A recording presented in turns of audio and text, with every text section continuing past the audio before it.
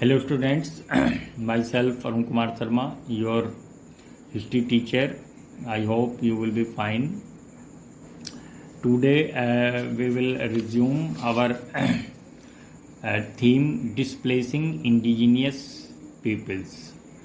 Uh, Today we will our topic will be first topic North America. The continent of North America extends from the Arctic Circle to the Tropic of Cancer, from the Pacific to the Atlantic ocean. यानी इसका जो expansion है वो है Arctic circle से लेकर Tropic of Cancer तक, from the Pacific to Atlantic ocean, west of the chain of Rocky mountain. और इसके वेस्ट में रॉकी माउंटेन्स हैं, रॉकी पर्वत हैं, पहाड़ हैं। Is the desert of Arizona and Nevada. और इसमें साथ में डेजर्ट हैं जो फेमस हैं, एरिजोना और Nevada. Still further west the Sierra Nevada mountains. और वेस्ट में सियरा नेवाडा माउंटेन्स हैं। To the east the Great Plains, और ईस्ट में ग्रेट प्लेन्स हैं। The Great Lakes, the valley of Mississippi and Ohio and Appalachian mountains भी इसमें हैं। To the south of Mexico, Mexico के south में 40% of Canada is covered with forest. अगर हम देखे जाए तो मैक्सिको के साउथ में जो कनाडा का जो 40% पार्ट है वो फॉरेस्ट से कवर्ड है।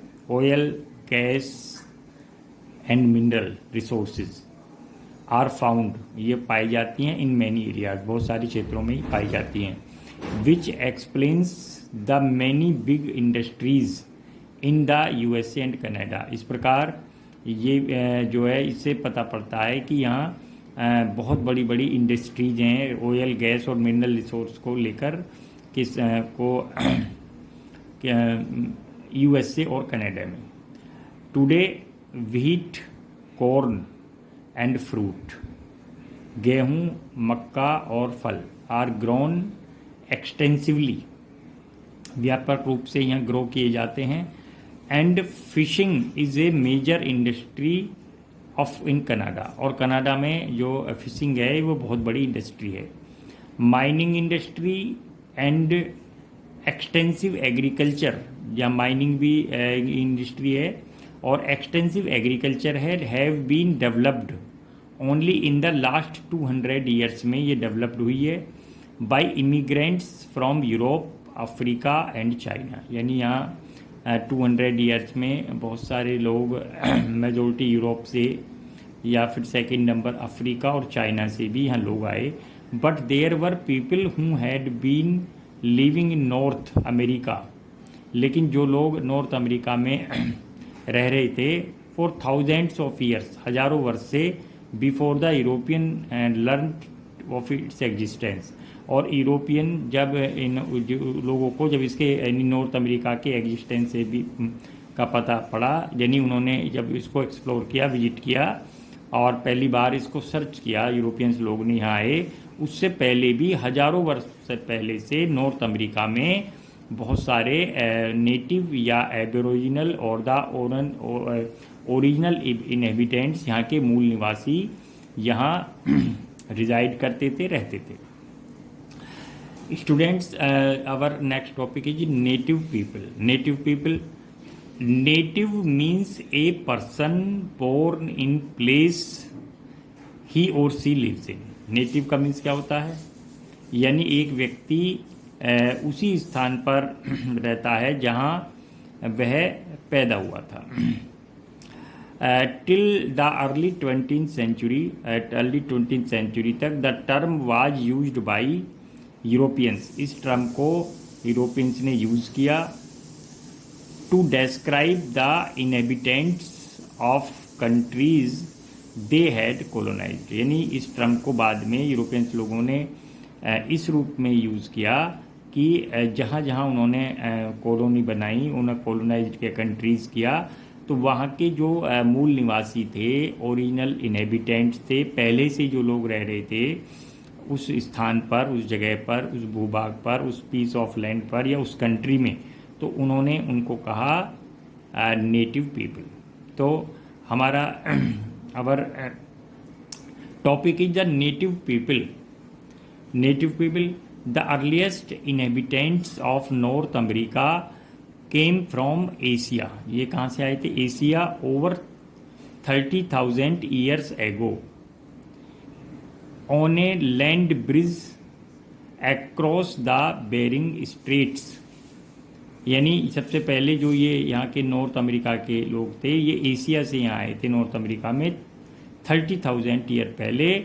और एक लैंड ब्रिज, ये एक ज़मीन के जो पूरे जो पुल बना हुआ था अक्रॉस बेरिंग स्ट्रेट्स पर बना हुआ था during the last ice age. Last ice age में जो बर्फ़ का या हिमयुग था 10,000 years ago they moved further south. और 10,000 ईयर पहले वे साउथ की तरफ मूव करते रहे। The oldest artifact found in America, जो अमेरिका में जो पुराना सबसे पुराना आर्टिफैक्ट पाया गया है, an arrow point is 11,000 years old. ये एरो पॉइंट का है, एरो पॉइंट है और ये 11,000 ईयर्स ओल्ड है। The population started to increase about 5,000 years ago. और इस प्रकार ये जो पॉपुलेशन स्टार्ट हुई है इंक्रीज अबाउट 5,000 ईयर्स एगो when the climate become more stable. और यहाँ जो पॉपुलेशन या जनसंख्या बढ़नी तब शुरू हुई 5,000 साल पहले, जब क्लाइमेट जो है वो मोर स्टेबल हो गया और एक उस तरह से उसमें एक स्टेबिलिटी, स्थिरता आ गई। These people lived in bands in village along river valleys. ये लोग कहाँ रहते थे? एक बैंड्स का मतलब एक ग्रुप के रूप में रहते थे इन विलेज, गांवों में, अलोंग रिवर वैलीज यानी रिवर वैलीज, नदी घाटियों के आसपास।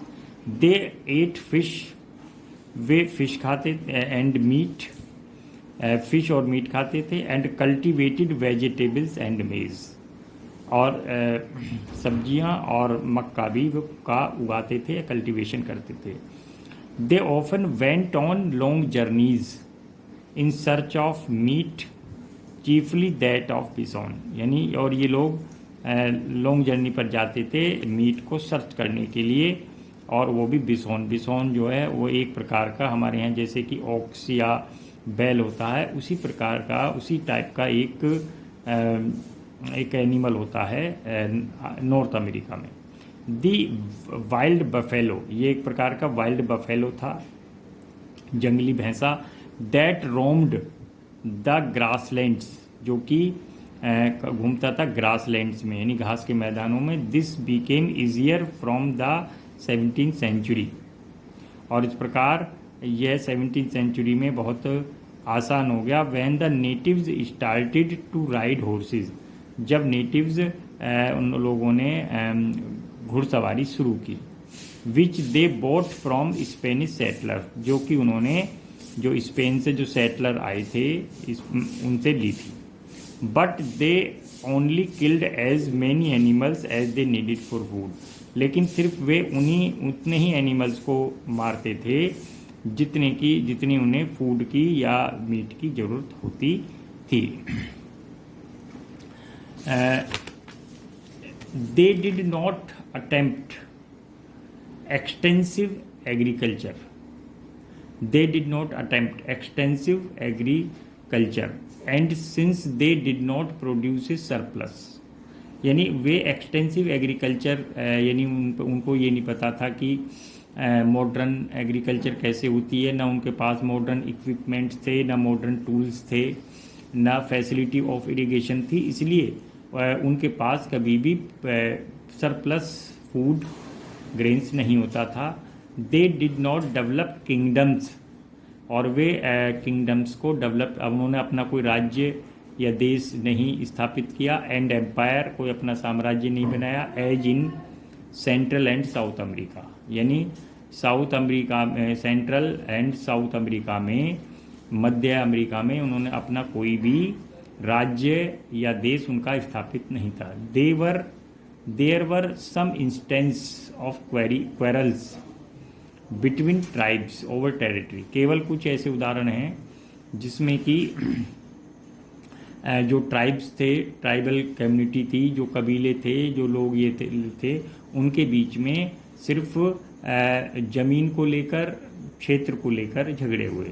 बट बाई एंड लार्ज, लेकिन अगर आप मुख्य रूप से देखें, by large control of land was not an issue, लेकिन फिर भी जो लैंड पर जो कंट्रोल था वो एक बहुत बड़ा इशू या मुद्दा नहीं था। They were content with the food and shelter they got from the land without feeling any need to own it. वे कंटेंट थे, संतुष्ट थे, विद द फूड, भोजन से, एंड शेल्टर से, यानी उनको जो उनके हाउस या जो झोंपड़ियों में या शेल्टर में, उनसे वे पूरी तरह संतुष्ट थे, जो they got from the land, जो उनको ज़मीन या भूमि से मिलती थी, without feeling to need to own it, और इसलिए उनके मन में ये नहीं थी कि हम इस ज़मीन के हम मालिक बन जाएं या इसे अपने ऑक्यूपेशन या कब्जे में रखें या इसको एनेक्स कर लें।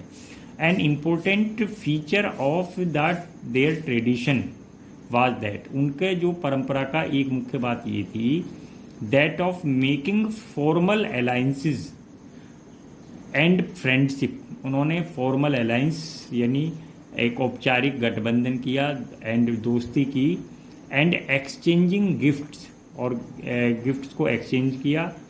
Goods were obtained not buying them, और उन्होंने कभी भी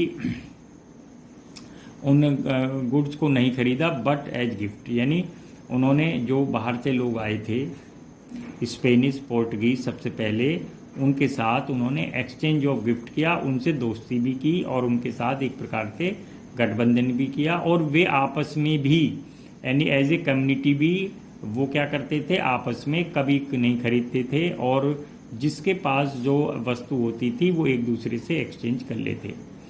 numerous languages were spoken in North America. North America में बहुत सारी भाषाएं बोली जाती थी, though these were not written down, लेकिन ये लिखी नहीं जाती थी। दे बिलीव्ड दैट, वे विश्वास करते थे, टाइम मूव्ड इन साइकिल्स, समय हमेशा चक्र के रूप में घूमता रहता है, and each tribe had accounts about their origins, और प्रत्येक जो ट्राइब के पास अब उनकी ओरिजिन यानी उनकी उत्पत्ति कहाँ होती थी, उनका ओरल अकाउंट या पूरा विवरण, डिस्क्रिप्शन उनके पास था, एंड देयर अर्लियर हिस्ट्री, और उनकी जो प्रारंभिक इतिहास था, विच वर पास्ड, जो पास हो रहा था on from one generation to the next. इस प्रकार उनका जो पास्ट था, पुराना समय था, यानी उनका ओरिजिन कहाँ से हुआ, उनके एंसेस्टर कौन थे, वे कहाँ से आए थे, उनकी ट्रेडिंग्स, परंपराएं क्या हैं, तो ये सारी चीज़ें, ये सारी बातें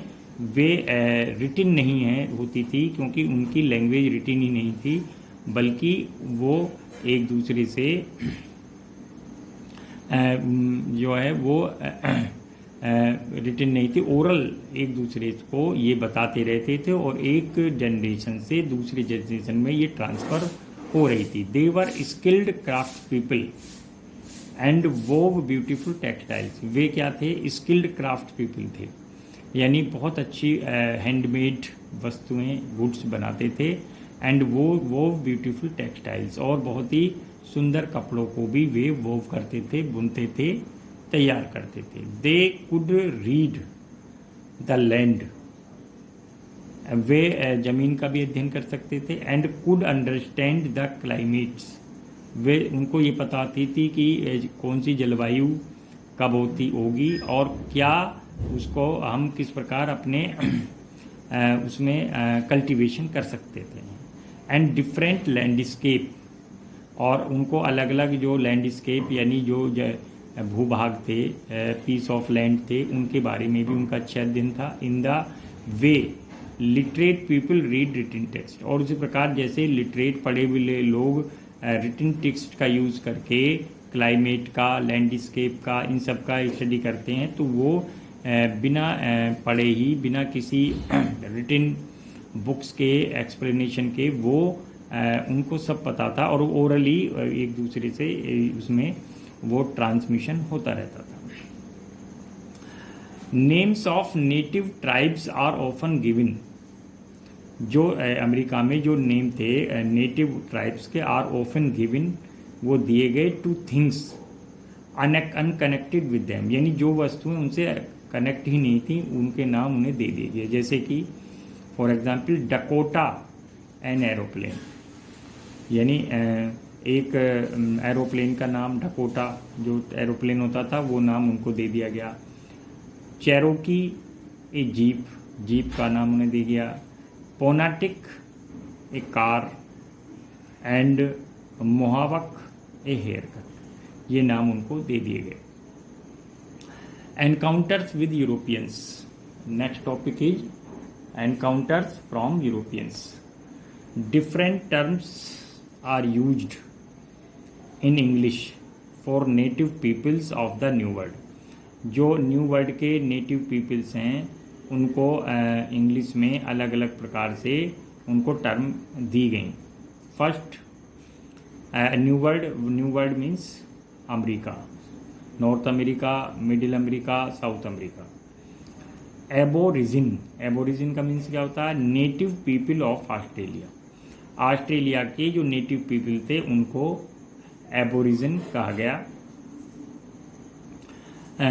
इन लैटिन एब का मीन्स होता है फ्रॉम, एब का मीन्स होता है फ्रॉम। एंड ओरिजिन का मतलब होता है बिगिनिंग, यानी ओरिजिन यानी जिनका जो है वो ओरिजिन बिगिनिंग से ही, वो जो शुरुआत से या प्रारंभिक समय से या अर्ली टाइम से ही एग्जिस्ट करते हैं उन्हें बोला गया एबोरिजिन। तो it is the Latin word and its means ab from, ab means from, origin means beginning.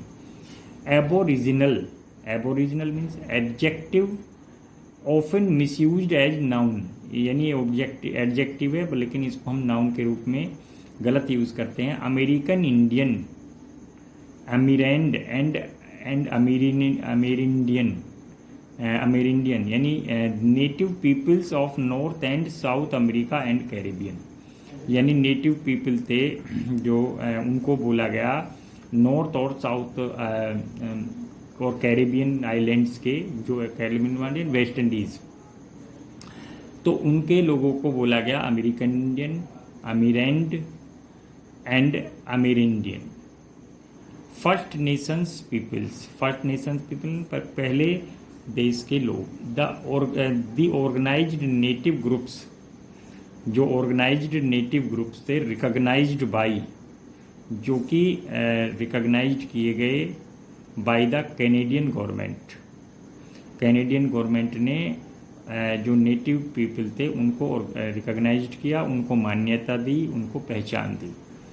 The Indians act of 1876 used the term bands, यानी 1876 में जो एक इंडियन एक्ट बना था कनाडा में, उसमें यूज़ किया गया था bands.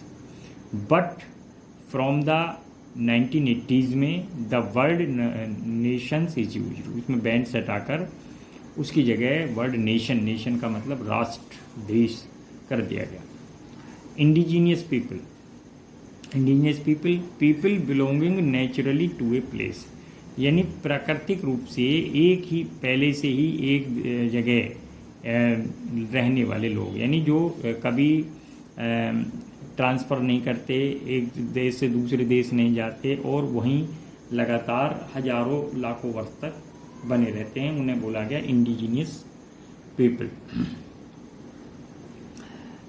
Native American the indigenous people of the America के इंडिजीनियस पीपल को नेटिव अमेरिकन बोला गया। यानी नेटिव हुमर the native American, the indigenous people of America में रहने वाले पहले से ही मौजूद जो ओरिजिनल इनहेबिटेंट्स थे, ये नेटिव थे, उनको बोला गया native American. This is the term now commonly used, इस टर्म को अब यूज़ किया जाता है कॉमनली, माने सामान्य रूप से अमेरिका में यूज़ किया जाता है। Red Indian, the brown complexioned people, यानी ब्राउन रंग के लोग, भूरे रंग के लोग, people whose land Columbus mistook for India, यानी इनको इस लैंड को कोलंबस ये समझ रहा था कि मैं इंडिया में पहुंच गया हूं, इसलिए इन लोगों को इंडियन बोला गया। और ये क्योंकि इनका कलर लगभग लाल था तो इनको रेड इंडियन बोला गया, यानी इनको गलत समझा गया। कोलंबस को अपनी एंटायर लाइफ में यही नहीं पता पड़ा था कि वो इंडिया पहुंचा है या कि अमेरिका पहुंचा है, इसलिए मिस्टुकली इनको इन लोगों को इंडियन बोला गया और इनका नाम इंडियन रेड इंडियंस है। Thank you very much.